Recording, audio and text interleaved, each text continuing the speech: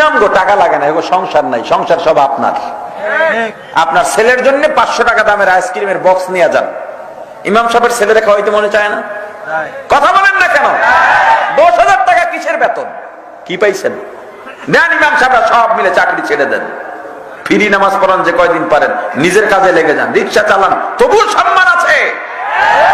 একজন ইমাম নিয়োগ দিয়ে মনে করেন আমি একটা চাকর নিয়োগ দিলাম, এমন ভাবে ব্যবহার করা হয় উলামায়ে কিরামের সঙ্গে। আমরাও দুর্বল হয়ে বসে আছি, আত্মপরিচয় সংকটে ভুগতেছি। আমরা কারা? আজকে আমরাও বুঝে নিয়েছি, মনে হয় যেন আমরা মানুষের করুণায় চলবো। কিসের করুণায় চলবো? আমরা তাওয়াক্কুল করেছি আল্লাহর উপরে। 20,000 টাকার নিচে চাকরি করবেন না, ছেড়ে দেন চাকরি। সব মানুষের আইন কাম আছে, ইমাম সাহেবদের বেতন বাড়ে না। আপনি নামাজ পড়লে ওই নামাজ দিয়ে জাহান্নাম ছাড়া উপায় নেই। এই লোকটার ছিল অন্তত আপনার ফরজ নামাজগুলো সহি হচ্ছে, আপনি তাকে বেতন দিচ্ছেন, আবার গোলাম মনে করেন। বেতন দেন 10,000 টাকা।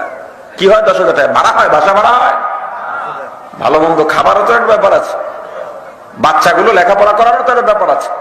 5 ওয়াক্ত নামাজের কারণে সে কোথাও যাইতে পারে না। মাসে ছুটি দেন 2 দিন, কি পাইছেন? হ্যাঁ, ছুটি নেবেন মাসে 1 সপ্তাহ, বা ওই 1 সপ্তাহ নামাজ পড়াইবে সভাপতি।